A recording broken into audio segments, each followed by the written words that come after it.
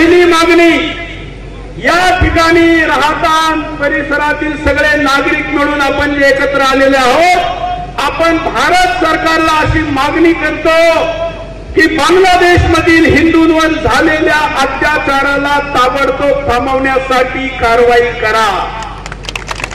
समर्थनाला हात वर करायचा. 10 मागण्या आहे, प्रत्येक एक मागणी मागितली का हात वर करायचा, खाली करा. ज्यांनी अत्याचार केले, किती अत्याचार केले हो बांगलादेशींवर. कारण महाराजांशी बोलणं झालं, आम्ही ठरवलं का बांगलादेशी हिंदूंचा विषय झाला पाहिजे. महाराजांचा विषय बोलायचा नाही, करायचा आहे.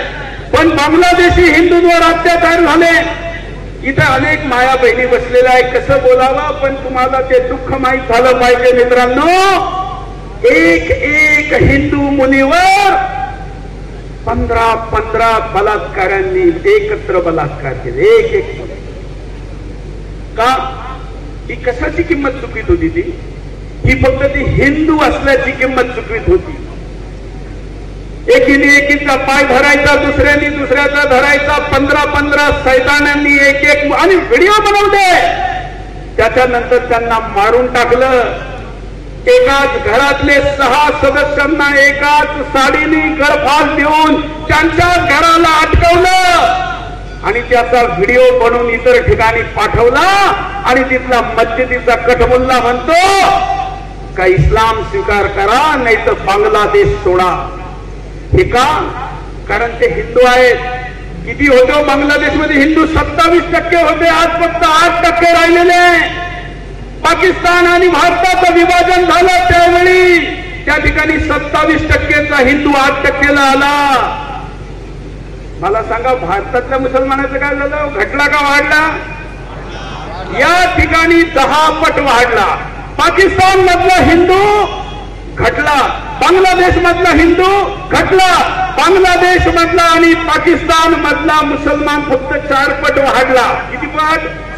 आणि भारतातला मुसलमान 10 पट वाढला.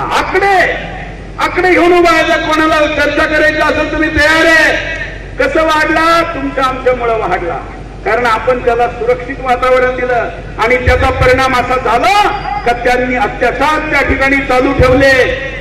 तिसरी मागणी, भारतात येऊ इच्छिणाऱ्या हिंदूंसाठी, नीट पुन्हा लक्षात घ्या, भारतात येऊ इच्छिणाऱ्या हिंदूंसाठी भारतीय सीमा खुली करून द्या, त्यांना इथं येऊ द्या.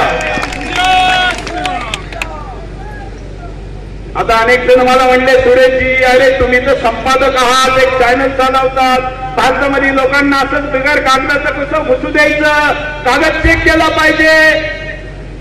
मी म्हटलं काही नाही, फक्त चड्डी चेक करा आणि येऊ द्या. देशातला एवढाच आदेश द्या, फक्त चड्डी चेक करा आणि येऊ द्या.